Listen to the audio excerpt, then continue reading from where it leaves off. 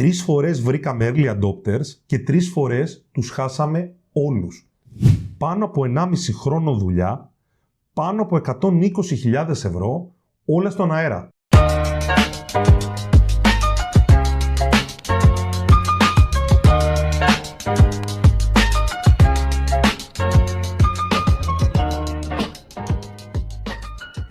Έχω μια ιδέα που θα βγάλει εκατομμύρια.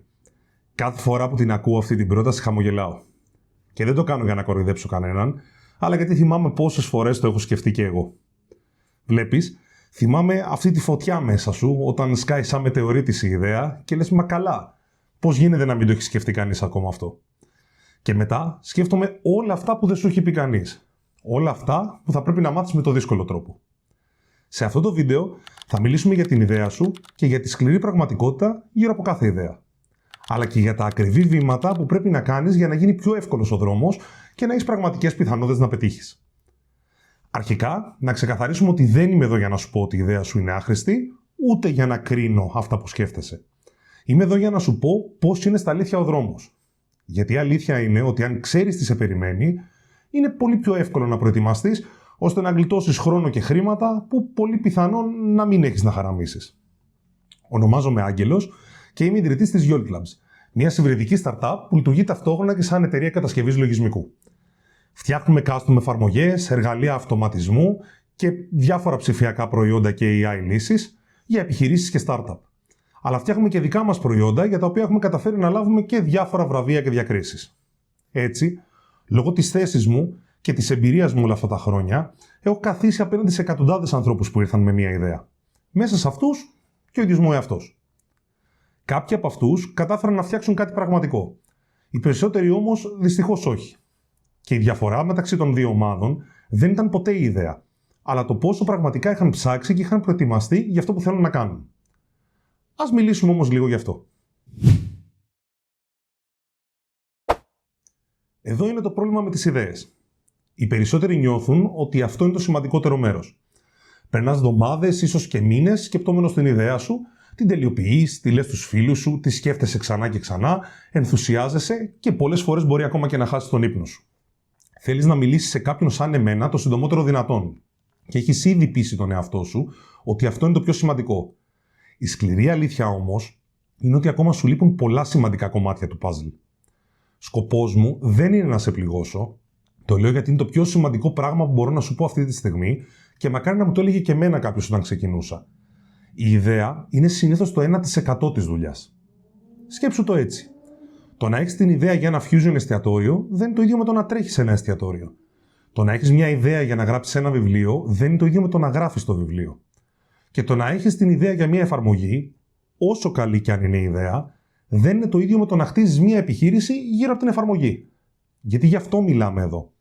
Η ιδέα σου δεν είναι μια εφαρμογή, αλλά είναι μια επιχείρηση.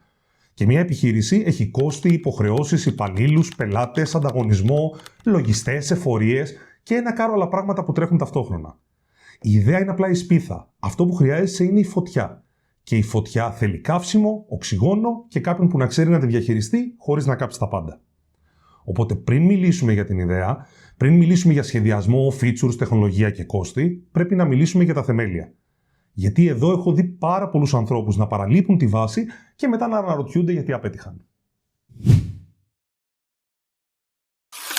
Θέλω λοιπόν να σας πω για έναν άνθρωπο. Ας το πούμε Νίκο. Ο Νίκος είναι 31 χρονών, δουλεύει μισθωτός σε μια εταιρεία logistics, έχει μυαλό, έχει όρεξη και εδώ και καιρό έχει στο μυαλό του μια ιδέα για μια εφαρμογή που πιστεύει ότι μπορεί να λύσει ένα πραγματικό πρόβλημα στον κλάδο στον οποίο εργάζεται. Ο Νίκος έχει μιλήσει για αυτή την ιδέα με τους συναδέλφους του και όλοι του είπαν πόσο τέλεια τους ακούγεται και ότι έτσι όπως την ακούν αποκλείεται να πετύχει. Έτσι ο Νίκος στέλνει ένα email σε μια εταιρεία software και κλείνει μια συνάντηση για την επόμενη κιόλας μέρα. Η συνάντηση γίνεται, ο Νίκος εξηγεί την ιδέα με ενθουσιασμό και εκεί ο άνθρωπος που βρίσκεται απέναντί του, αντί να πάει κατευθείαν στην τιμή, τον σταματά και τον ρωτά κάτι απλό. Νίκο, πώς σκέφτεσαι να βγάλεις πίσω τα χρήματα που θα επενδύσεις σε αυτό? Ο Νίκος χαμογελά και λέει κάτι γενικό, έλα μωρέ, θα έχω συνδρομές, θα βρω πελάτες, είναι μεγάλη αγορά, θα τα καταφέρω. Ωραία. Πόσους πελάτες χρειάζεσαι για να καλύψεις τα λειτουργικά σου κόστη τον πρώτο χρόνο? Ο Νίκος σκέφτεται ότι δεν έχει κάτσει να το ζυγίσει και απαντάει, νομίζω 100. Έχεις μιλήσει με λογιστή? Έχεις δει τι κοστίζει να ανοίξει μια εταιρεία, τι φόροι υπάρχουν, τι ασφαλιστικά, τι γίνεται αν προσλάβεις έναν άνθρωπο. Ο Νίκος δεν έχει μιλήσει με κανέναν, οπότε μένει σιωπηλός. Έχεις μιλήσει με κάποιον πιθανό πελάτη σου, ξέρεις αν υπάρχει κάποιος έτοιμος να πληρώσει γι' αυτό. Και εκεί ο Νίκος αρχίζει να καταλαβαίνει ότι μάλλον δεν ήταν τόσο έτοιμος όσο νόμιζε. Γιατί ο Νίκος, όπως οι περισσότεροι άνθρωποι, όταν έρχονται σε μένα, έχουν ξοδέψει εβδομάδες να σκέφτονται την εφαρμογή και τα λεφτά που μπορεί να βγάλουν, αλλά δεν έχουν αφιερώσει σχεδόν καθόλου χρόνο για την επιχείρηση που πρέπει να στηθεί γύρω από την εφαρμογή. Και αυτά είναι δύο τελείως διαφορετικά πράγματα. Αυτό που δεν έχει κάνει ο Νίκος πριν φτάσει εκεί ήταν να καθίσει με έναν λογιστή ή σύμβουλο και να ρωτήσει μερικά βασικά πράγματα. Τι κοστίζει να υπάρχω σαν επιχείρηση? Όχι να τρέχω, απλά να υπάρχω. Ποιες είναι οι μηνιαίες μου υποχρεώσεις? Τι φόρους θα πληρώνω? Τι κοστίζει πραγματικά να προσλάβω έναν άνθρωπο με βασικό μισθό? Υπάρχουν προγράμματα ή επιδοτήσεις για νέες επιχειρήσεις? Θα μπορούσα να βρω κάπου χρήματα? Ποιες είναι οι διαφορές μιας ΣΥΚΕ και μιας ατομικής επιχείρησης? Αυτά είναι βασικά πράγματα. Και παράλληλα, δεν είχε ερευνήσει αν το πρόβλημα που νόμιζε ότι λύνει είναι πρόβλημα που οι άνθρωποι είναι πρόθυμοι να πληρώσουν για να λύσουν. Όχι απλά ένα πρόβλημα που υπάρχει, ένα πρόβλημα που να πονάει τόσο ώστε κάποιος να βγάλει λεφτά από το πορτοφόλι του για να πληρώσει. Το σημαντικότερο όμως είναι ότι δεν είχε ουσιαστική απάντηση στην ερώτηση που κάνω πάντα. Πώς θα βγάλεις πίσω τα χρήματα? Όχι μπορεί να βγάλω τα λεφτά από αυτό κάποια στιγμή. Πώς συγκεκριμένα? Ποιο είναι το σχέδιο για να παράγεις έσοδα? Ποιος είναι ο πρώτος σου πελάτης? Πώς θα τον βρεις? Πόσα θα πληρώσει? Έχεις σκεφτεί πόσους χρειάζεσαι για να καλύψεις τα λειτουργικά σου έξοδα? Αν ο Νίκος δεν έχει απαντήσεις, αν έχει μια αόριστη αίσθηση ότι έλα μωρέ, σίγουρα καλά θα πάει, αλλά κανένας πραγματικός αριθμός πίσω από αυτό, τότε δεν είναι ακόμα έτοιμος. Και αυτό είναι εντάξει. Δεν σημαίνει ότι η ιδέα του ήταν κακή, σημαίνει απλά ότι υπάρχουν πρώτα άλλα πράγματα να γίνουν, ώστε να μπορέσει να πάει μπροστά με σιγουριά και όχι στα τυφλά. Πρέπει να καταλάβει ότι η προετοιμασία είναι πολύ σημαντική και ότι η ιδέα του θα συνεχίζει να είναι εκεί όποτε και αν τελειώσει. Αξίζει πραγματικά να αφιερώσει αυτό το χρόνο. Κάτι τελευταίο που αξίζει να έχει στο μυαλό του ο Νίκος, όπως και κάθε ένας από εμάς που έχει μια ιδέα, είναι ότι είμαστε περίπου 8 δισεκατομμύρια άνθρωποι σε αυτόν τον πλανήτη. Οι πιθανότητες να είναι μοναδική η ιδέα του είναι μηδαμινές. Αυτό δεν το λέω για να τον πάρει από κάτω. Αντιθέτως, για να καταλάβει ότι το θέμα είναι η σωστή και μεθοδική εκτέλεση και η διαφοροποίηση. Αυτά είναι πολύ πιο σημαντικά και από την ίδια την ιδέα. Αν η ιδέα φαίνεται μοναδική στον πλανήτη, μάλλον όπως συνηθίζουν να λένε οι επενδυτές, το πιο πιθανό είναι ότι η αγορά δεν είναι ακόμα έτοιμη. Αλλά επειδή αυτό είναι ένα άλλο μεγάλο θέμα συζήτησης, ας το αφήσουμε για επόμενο επεισόδιο. Πάμε τώρα στο αγχωτικό κομμάτι. Εντάξει, έκανες την έρευνά σου, μίλησες με λογιστή και καταλαβαίνεις τι σημαίνει να τρέχεις μια επιχείρηση. Έχεις επιβεβαιώσει ότι υπάρχει αγορά για αυτό που χτίζεις, οπότε νιώθεις έτοιμος. Τώρα λοιπόν που είσαι έτοιμος να μιλήσεις με κάποιον, πας και βρίσκεις μια εταιρεία για να μπορέσεις να φτιάξεις το προϊόν. Και κάποια στιγμή σε εκείνη τη συζήτηση θα ακούσεις ένα νούμερο. Και αυτό το νούμερο συνήθως θα είναι μεγαλύτερο από ό,τι περίμενες. Ανάλογα σε ποιον απευθύνεσαι, μπορεί να είναι λίγο, πολύ ή πάρα πολύ μεγαλύτερο από αυτό που θα ήθελες. Είναι και αυτό ένα θέμα που θα αναλύσουμε σε επόμενο επεισόδιο, γιατί η αγορά είναι λίγο περίεργη στο software. Σχεδόν κάθε φορά λοιπόν βλέπω το ίδιο πράγμα. Ο άνθρωπος που στέκεται απέναντί μου σταματάει για μια στιγμή και μετά λέει συνήθως ένα από τα παρακάτω, τα οποία τον κατατάσσουν και σε μία από τις 4 πιθανές κατηγορίες. Η πρώτη κατηγορία είναι η δεν σκέφτομαι. Και ναι, υπάρχουν άνθρωποι που μπορεί να έχουν τρελές ιδέες και να αξίζουν πραγματικά εκατομμύρια, αλλά παρόλα αυτά στην πράξη να μην σκέφτονται. Είναι αυτοί που όταν ακούν ότι μια απλοποιημένη πλατφόρμα delivery θα ξεκινούσε από τουλάχιστον 50-60 χιλιάδες ευρώ. Και εκεί λένε, ξέρεις κάτι, θα το σκεφτώ γιατί δεν περίμενα τόσα, αλλά ευχαριστώ για τον χρόνο σου. Ή το αγαπημένο μου, τόσο πολύ. Ξέρεις, πάνε σπίτι, το σκέφτονται και δεν προχωράνε ποτέ. Αυτό δεν θεωρώ ότι συμβαίνει γιατί η ιδέα ήταν κακή, ούτε γιατί ήταν μεγάλο το κόστος. Αυτό συμβαίνει γιατί δεν ήταν προετοιμασμένοι για την πραγματικότητα του τι κοστίζει να φτιάξει κάτι σωστά. Δεν είχαν καν κάτσει να σκεφτούν ότι αν μια τέτοια λύση κόστιζε 5.000 ευρώ, θα είχαμε αλήξει όλοι από μια τέτοια πλατφόρμα. Η δεύτερη κατηγορία είναι η δεν θέλω ρίσκο. Αυτοί οι άνθρωποι συνήθως έχουν αντίληψη της πραγματικότητας. Ίσως να έχουν επικοινωνήσει ήδη και με μερικές ακόμα εταιρείες και συνήθως να γνωρίζουν πάνω κάτω τα κόστη που παίζουν στην αγορά. Όταν επιβεβαιώσουν το κόστος, συνήθως θα πούνε κάτι του στυλ «Ναι, και εγώ εκεί το περίμενα, αλλά ελπίζα μήπως άκουγα κάτι χαμηλότερο». Όπως και με την προηγούμενη κατηγορία, θεωρώ ότι δεν προχωράνε ποτέ και πετάνε την ιδέα στο ντουλάπι.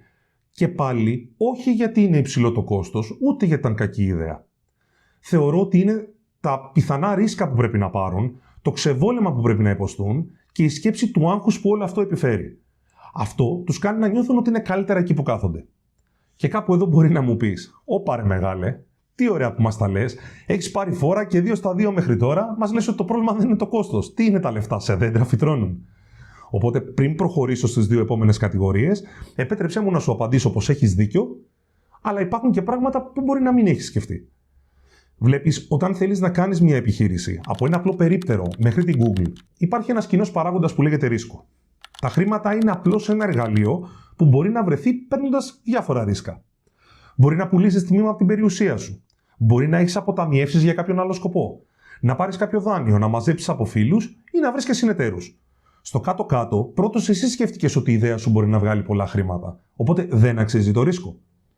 Εγώ που σου μιλάω, όταν άνοιξα την εταιρεία, για τα πρώτα 2 χρόνια δούλευα ταυτόχρονα σε θέση υψηλών απαιτήσεων για να μπορέσω να ζήσω την οικογένειά μου. Δούλευα 18 ώρες την ημέρα για να μπορέσω να καλύψω και τη νέα μου εταιρεία και αποφάσισα να δανειστώ και 20.000 ευρώ που μάζευαν χρόνια οι γονείς μου για να πληρώσουν το δάνειο του σπιτιού που θέλαν να μου αφήσουν. Στο τέλος, χρειάστηκε να φωνάξω και φίλους να γίνουν συνεταιροί, παρότι μπορούσαν να βάλουν ελάχιστα χρήματα, τύπου 1.500 με 2.000 ευρώ ο καθένας. Γιατί τα έκανα όλα αυτά και ποια είναι η διαφορά μου με τη δεύτερη κατηγορία? Είναι απλό. Πίστευα πραγματικά στις ιδέες μου, πίστευα στον εαυτό μου και είχα ρίξει τόσο διάβασμα και προεργασία που θεωρούσα ότι το ρίσκο μπροστά στις πιθανότητες να βγάλω χρήματα ήταν πραγματικά πολύ μικρό. Περίπου το ίδιο σενάριο, σκεφτείτε, συμβαίνει αυτή τη στιγμή και με πελάτης μας, ο οποίος έχει ρισκάρει σημαντικά πράγματα από τη ζωή του και έχει καταφέρει ήδη να βρει πελατολόγιο για μια πλατφόρμα που ακόμα χτίζεται. Και μετά από αυτό το χαρούμενο break, ας γυρίσουμε πίσω στις κατηγορίες μας. Η τρίτη κατηγορία είναι οι διαπραγματευτές. Συνήθως ακούω: «Δεν μπορούμε να κάνουμε κάτι καλύτερο? Μήπως να μπορούσαμε να συνεργαστούμε? Αν σου δώσω ένα ποσοστό από την ιδέα μου, θα μπορούσε να γίνει κάτι?» Και κοίτα, καταλαβαίνω αυτό το ένστικτο, καταλαβαίνω ότι όταν είσαι ενθουσιασμένος με κάτι και το νούμερο έρχεται και σε χτυπάει σαν τείχος, ψάχνεις κάθε τρόπο να το κάνεις μικρότερο. Αλλά η αλήθεια είναι ότι συνήθως αυτές οι διαπραγματεύσεις σπάνια θα καταλήξουν σε συμφωνίες. Και είναι λογικό, γιατί πρακτικά ζητάς ότι θα ζητούσες και από έναν επενδυτή. Και όπως ένας επενδυτής πρέπει να είναι πολύ σίγουρος για να σε χρηματοδοτήσει, το ίδιο ισχύει και για μια εταιρεία software. Στο κάτω-κάτω, αν εσύ θέλεις να ρισκάρεις λιγότερο από 50% του κόστους για τη δική σου ιδέα, γιατί να το κάνει μια εταιρεία που θα λάβει πίσω ένα 10-20% στην καλύτερη? Άσε που δεν είμαι καν σίγουρος αν κάποια άλλη εταιρεία στην Ελλάδα θα δεχόταν καν να συζητήσει κάτι τέτοιο ή να προσφέρει ουσιαστικές διευκολύνσεις. Τέλος, υπάρχει η αγαπημένη μου ομάδα, η ομάδα των Άσε ρε Αλεπού. Αυτοί είναι όσοι θεωρούν ότι τα γνωρίζουν όλα και συνήθως έρχονται και σου λένε ότι έχουν πάρει ήδη τιμή στο 1/3 από αλλού και ποιος είσαι εσύ που θα τους κοροϊδέψεις. Κατά τη γνώμη μου, είναι η πιο αστεία και ταυτόχρονα τραγική κατηγορία. Δυστυχώς περιλαμβάνει και ανθρώπους που χάνουν σημαντικά χρήματα χωρίς λόγο, αλλά και ανθρώπους που λένε ψέματα. Αποτελείται είτε από αυτούς που λένε ψέματα γιατί πιστεύουν ότι είναι αρκετά έξυπνοι και πονηροί ώστε να παρακαλάμε να αναλάβουμε το project τους με χαμηλότερη τιμή από τον ανταγωνισμό, είτε από αυτούς που δυστυχώς λένε αλήθεια και 99% των φορών έχουν πέσει πάνω σε κλασικό παπάντζα επιχειρηματία ή freelancer που ή θα παραδώσει κάτι μητελές και άσχετο, ή θα τους αρχίσει αυτό δεν το είχαμε συμφωνήσει, πρέπει να δώσεις άλλα τόσα. Ακόμα χειρότερα στις μέρες μας μπορεί να πέσουν και σε αυτούς που θα τους φτιάξουν κάτι εντελώς τυφλά με κάποιο AI, που μόνο ο Θεός γνωρίζει πότε θα σκάσει και πόσο θα κοστίσει. Κάτι που στο κάτω-κάτω θα μπορούσε να κάνεις και μόνος σου χωρίς να δώσεις όλα αυτά τα χρήματα. Από τη μέχρι σήμερα εμπειρία μου, και δεν το υπερβάλλω όταν το λέω αυτό, δεν έχω δει ούτε έναν άνθρωπο από αυτή την ομάδα να βγαίνει επιτυχώς στην αγορά. Ούτε έναν. Θέλω να καταλάβεις ότι όλα αυτά τα λέω γιατί αυτό είναι το μοτίβο που λέω ξανά και ξανά. Η ποιότητα έχει τιμή και η προσπάθεια να αποφύγεις αυτή την τιμή συνήθως σου κοστίζει περισσότερο στο τέλος. Τώρα, σημαίνει ότι κάθε project πρέπει να κοστίζει μια περιουσία? Όχι. Σε καμία περίπτωση δεν κοστίζουν όλα τα project μια περιουσία. Αλλά και το project να μην κοστίζει πολύ δεν σημαίνει ότι δεν χρειάζεται να πάρεις μεγάλα ρίσκα για να υποστηρίξεις το σύνολο της επιχείρησης που ανοίγεις. Είτε αυτό είναι να παρατήσεις τη δουλειά σου και να είσαι 24/7 σε αυτό που πας να κάνεις, είτε είναι να πάρεις κάποιο δάνειο για να καλύψεις κόστη για marketing, πωλήσεις κλπ. Και αυτό με φέρνει στην πιο σημαντική ιδέα ολόκληρου του βίντεο. Πριν δώσω ποτέ σε κάποιον μία τιμή, κάνω πάντα την ίδια ερώτηση. Ποιο είναι το σχέδιό σου για να βγάλεις πίσω αυτή την επένδυση? Γιατί εδώ είναι όλη η ουσία. Δεν έχει σημασία πόσο κοστίζει το project. Δεν έχει σημασία αν θα σου πω 5, 50 ή 150.000 ευρώ. Αν δεν έχεις σαφές σχέδιο για το πώς θα βγάλεις πίσω τα χρήματα, κανένα από αυτά τα νούμερα δεν έχει νόημα και δεν πρέπει να ξοδέψεις ούτε ένα ευρώ. Οπότε ξεκινάμε από εκεί. Μιλάμε για το πραγματικό πρόβλημα. Όχι τι θέλεις να φτιάξεις, αλλά ποιο πρόβλημα λύνεις. Για ποιον το λύνεις, πώς το αντιμετωπίζουν αυτό το πρόβλημα αυτή τη στιγμή. Πληρώνουν κάτι για αυτή τη στιγμή για αυτό το πρόβλημα. Τι θα ήταν πρόθυμοι να πληρώσουν αν τους έδινες μια καλύτερη λύση. Πόσοι υπάρχουν από αυτούς εκεί έξω που θα πλήρωναν. Αν γνωρίζεις αυτά και έχεις πλέον ένα πλάνο και στόχους, αλλάζει πολύ η σκέψη για το αν αξίζει να βάλεις υποθήκη το χωραφάκι στο χωριό ή να πουλήσεις το χ αντικείμενο που σου άφησε ο παππούς σου. Μετά, πρέπει είτε μόνος σου είτε με τη βοήθεια ενός σοβαρού επαγγελματία να δουλέψεις αντίστροφα. Να βρεις τη μικρότερη δυνατή έκδοση του προϊόντος που λύνει πραγματικά το βασικό πρόβλημα και να αποφύγεις όλα τα έξτρα. Πρόσεξε, όχι την ονειρική, όχι την έκδοση με όλα τα feature, αλλά την έκδοση που σε βγάζει στην αγορά όσο πιο γρήγορα γίνεται. Με όσο λιγότερα χρήματα γίνεται, ώστε να αρχίσεις να παίρνεις πραγματικό feedback από πραγματικούς πελάτες. Αυτό λέγεται minimum viable product. Και στα ελληνικά, επίσης, γνωστό ως ελάχιστο βιώσιμο προϊόν. Και η ιδέα πίσω από αυτό είναι απλή. Δεν χρειάζεται να φτιάξεις τα πάντα πριν αρχίσεις να μαθαίνεις. Χρειάζεται να φτιάξεις ακριβώς τόσα, ώστε να μάθεις αν οι άνθρωποι το θέλουν πραγματικά. Και χτίζεις από εκεί. Αυτή η προσέγγιση εξοικονομεί τεράστια ποσά χρημάτων και χρόνου και είναι η διαφορά μεταξύ του να φτιάχνεις κάτι που θέλει η αγορά και κάτι που νιώθεις εσύ ότι θέλει η αγορά. Εδώ όμως θέλει μεγάλη προσοχή. Είναι σημαντικό οι επαγγελματίες που θα συνεργαστείς να μην σε κοιτάνε στην τσέπη ευκαιριακά. Χρειάζεσαι ανθρώπους που αντί να προσπαθούν να σου πουλήσουν περισσότερα, να θέλουν να σε προστατέψουν και να σε συμβουλέψουν πώς να ξοδέψεις λιγότερα. Και κάπου εδώ πιθανώς να σκέφτεσαι. Ποιος επαγγελματίας, ρε μεγάλε, θα προσπαθήσει να πουλήσει λιγότερα, είμαστε με τα καλά μας. Κοίτα, από τη δική μου οπτική, ο καθαρός και ο έξυπνος. Αυτός που ξέρει ότι ένα project είναι ζωντανός οργανισμός και όσο περισσότερο σε βοηθήσει να πετύχεις, τόσο περισσότερα θα βγάλει και αυτός σε βάθος χρόνου. Χρήματα που μπορεί να είναι 10 και 20 ή ακόμα και περισσότερο φορές περισσότερα από αυτά που θα έπαιρνε κάποιος αν απλά σε κορόιδευε.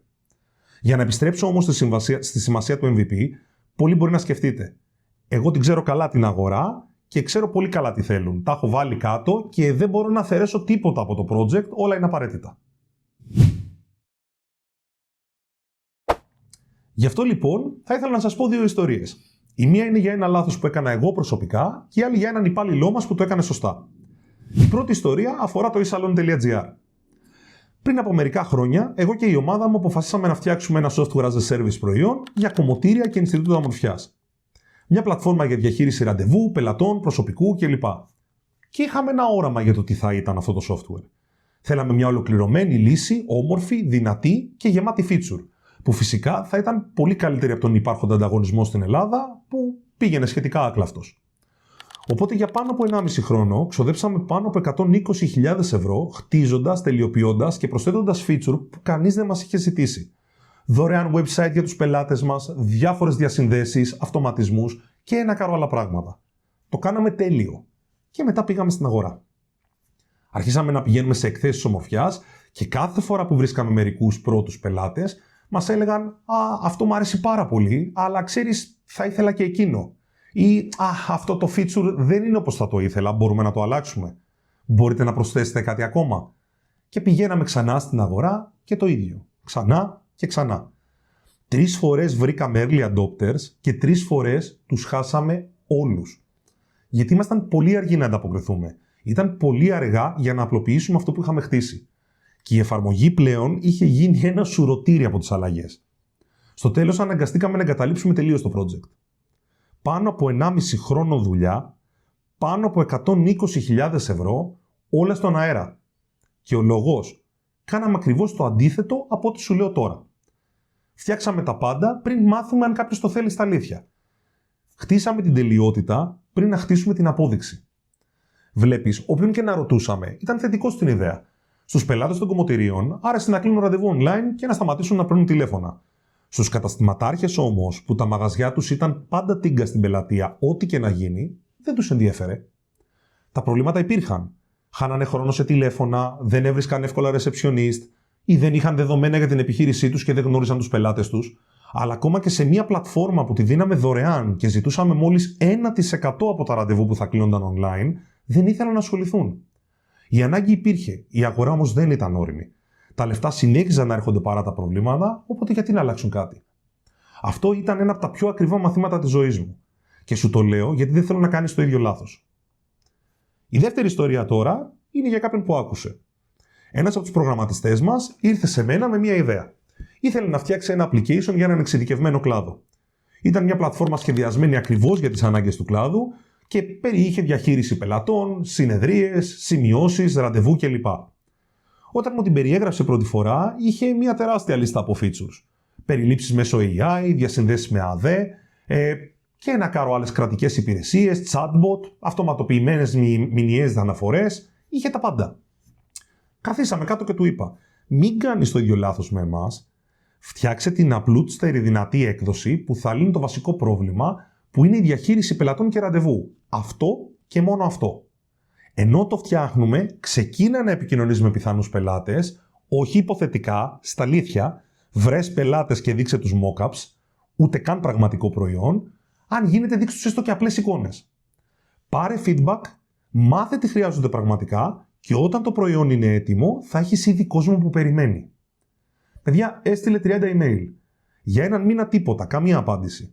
Και έναν μήνα αργότερα, τη στιγμή που η πρώτη έκδοση του προϊόντος πλησίαζε στο 80%, ήρθε μια απάντηση από έναν σχετικά μεγάλο πελάτη που του έλεγε ότι θα ήθελε να δει τι φτιάχνει γιατί ενδιαφερόταν. Πήγε εκεί και τους έδειξε την εφαρμογή όπως ήταν εκείνη τη στιγμή. Τους εξήγησε τι είχε σκοπό να κάνει σταδιακά και κοίτα να δεις που τους άρεσε πολύ. Του είπαν: όταν είσαι έτοιμος, θέλουμε να είμαστε οι πρώτοι σου πελάτες. Και του έδωσαν λεπτομερές feedback για το τι χρειάζεται να προσθεθεί στην αρχική έκδοση για να μπορέσει να καλύψει ακριβώς τις ανάγκες τους. Γύρισε πίσω, τελειώσαμε το προϊόν και εκείνο το κέντρο έγινε ο πρώτος του πελάτης. Ένας πελάτης που του δόθηκαν 6 μήνες δωρεάν σε αντάλλαγμα για feedback και έμεινε τόσο ευχαριστημένος που σύστησε το προϊόν προσωπικά σε 3 ακόμα μεγαλύτερους πελάτες που συνεργαζόταν, χωρίς ακόμα καν να το έχει δουλέψει. Όλα αυτά από 30 emails και ένα προϊόν που δεν ήταν καν ακόμα έτοιμο. Και αυτή είναι η διαφορά. Ίδιος τύπος ιδέας, ίδιο σημείο εκκίνησης, αλλά εντελώς διαφορετική προσέγγιση με εντελώς διαφορετικό αποτέλεσμα. Και αν νιώθεις ότι τα παραπάνω είναι κάτι μικρό, σε προκαλώ να καταφέρεις χωρίς προϊόν να βρεις 3 με 4 πελάτες μέσα σε 2 μήνες. Θα καταλάβεις ότι αυτή η αρχή είναι πολύ πιο δύσκολη από ό,τι φαντάζεσαι. Οπότε πού σε αφήνει αυτό? Αν κάθεσαι εκεί και παρακολουθείς αυτό το βίντεο και έχεις μια ιδέα, εδώ είναι ακριβώς τι θέλω να κάνεις. Όχι κάποτε, τώρα. Πριν ζητήσεις οποιαδήποτε προσφορά. Βήμα 1. Κατάλαβε τι σημαίνει πραγματικά να έχεις επιχείρηση. Μίλα με έναν λογιστή, μίλα με έναν σύμβουλο ή στείλε σε εμένα αν θέλεις. Βεβαιώσου ότι καταλαβαίνεις την οικονομική πραγματικότητα πριν δεσμευτείς σε οτιδήποτε. Βήμα 2. Κάνε ένα σχέδιο εκκίνησης. Δεν είναι ανάγκη να είναι τέλειο, αλλά να είναι ρεαλιστικό. Ποιο πρόβλημα λύνεις, για ποιον το λύνεις, πώς θα τους βρεις και πόσα θα πληρώσουν. Πρέπει να βρεις πόσους χρειάζεσαι για να καλύψεις τα λειτουργικά σου έξοδα και πρέπει οπωσδήποτε να βρεις ποιο είναι το χειρότερο σενάριο και αν συμβεί, αν έχεις ένα backup plan για να μπορέσεις να επιβιώσεις. Βήμα 3. Επικύρωσε την ιδέα σου. Και αυτό είναι το πιο σημαντικό.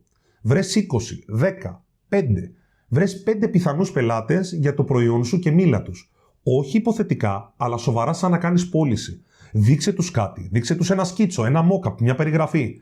Και μην τους ρωτάς αν θα το αγοράζανε αν υπήρχε. Αυτή η ερώτηση είναι άχρηστη. Οι άνθρωποι πάντα λένε ναι όταν κάνουν απλώς υποθέσεις. Ανταυτού πες τους, χτίζω αυτό και θα κοστίζει τόσο. Θέλεις να είσαι από τους πρώτους που θα το χρησιμοποιήσουν? Να σε γράψω? Και επειδή είσαι εσύ, θα σου δώσω δωρεάν και 2 μήνες όταν είναι έτοιμο. Γιατί αυτή η ερώτηση σου δίνει πραγματική απάντηση. Έτσι λένε ναι. Είτε θα πούνε ναι και έχεις τον πρώτο σου πελάτη πριν ξοδέψεις €1 σε ανάπτυξη, είτε θα πούνε όχι ή θα διστάσουν και θα μάθεις κάτι πολύ σημαντικό για αυτό. Αυτό το feedback από πραγματικούς ανθρώπους που παίρνουν πραγματικές αποφάσεις αξίζει περισσότερο από οποιαδήποτε λίστα feature, από οποιοδήποτε design και από οποιαδήποτε τεχνολογία. Και αν σε κάποιο σημείο δεν ξέρεις από πού να ξεκινήσεις, ρώτα κάποιον. Ρώτα έναν λογιστή, έναν φίλο που τρέχει επιχείρηση, κάποιον με εμπειρία σε αυτό που προσπαθείς να κάνεις ή στην ανάγκη γράψε εδώ σε ένα σχόλιο. Άκου. Η ιδέα σου μπορεί να είναι εξαιρετική. Αλήθεια στο λέω. Δεν είμαι εδώ για να σου πω το αντίθετο. Αλλά η ιδέα μόνη της δεν θα σε κάνει να βγάλεις χρήματα. Η ιδέα μόνη της δεν θα φτιάξει το προϊόν. δεν θα βρει τους πελάτες και δεν θα διαχειριστεί τα χρήματα, ούτε θα κρατήσει την επιχείρησή σου ζωντανή όταν τα πράγματα δυσκολέψουν. Και πίστεψέ με, κάποια στιγμή πάντα δυσκολεύουν. Αυτό που βγάζει χρήματα είναι το σχέδιο, η επικύρωση, η εκτέλεση και η ετοιμότητα να ξεκινήσεις μικρός, να μαθαίνεις γρήγορα και να προσαρμόζεις στη συνέχεια. Οι άνθρωποι που έχω δει να πετυχαίνουν δεν είναι πάντα αυτοί με τις καλύτερες ιδέες. Είναι αυτοί που ήταν ειλικρινείς με τον εαυτό τους για αυτά που δεν ήξεραν. Είναι αυτοί που ζήτησαν βοήθεια και που ξεκίνησαν απλά και έμειναν απλοί μέχρι να τους πει η αγορά ότι είναι ώρα να μεγαλώσουν. Και το κυριότερο, ρίσκαραν. Και επειδή ρίσκαραν, δεν το έβαλαν ποτέ κάτω. Σκέψου πόσες φορές έχεις αναρωτηθεί για επιτυχημένες ιδέες που βλέπεις έξω και σκέφτεσαι, μα καλά, πώς γίνεται αυτό να βγάζει χρήματα, πώς γίνεται να δουλεύει και να το θέλει ο κόσμος. Σκέψου απλά πράγματα όπως όλα αυτά τα πλύντο μόνο σου που σου κοστίζουν τουλάχιστον 5 με 7 ευρώ απλά για να πλύνεις εξωτερικά το αμάξι σου και όμως είναι πίχτρα στον κόσμο. Το θέμα είναι ότι αυτός είναι ο δρόμος. Και αν αυτό το βίντεο σε βοήθησε να δεις έστω και ένα πράγμα διαφορετικά, αυτό μου αρκεί. Αν σου άρεσε αυτό το βίντεο, κάνε ένα like και μην ξεχάσεις να γράψεις στα σχόλια τις απόψεις σου, τις απορίες σου και γιατί όχι και την ιδέα σου. Και αν φοβάσαι μη στην κλέψουν, κάνε και ένα subscribe γιατί σε επόμενο βίντεο θα δούμε το γιατί το να λες την ιδέα σου μπορεί να σε ωφελήσει πολύ περισσότερο από όσο νομίζεις. Σε ευχαριστώ για το χρόνο σου και τα λέμε στο επόμενο. Να είστε καλά.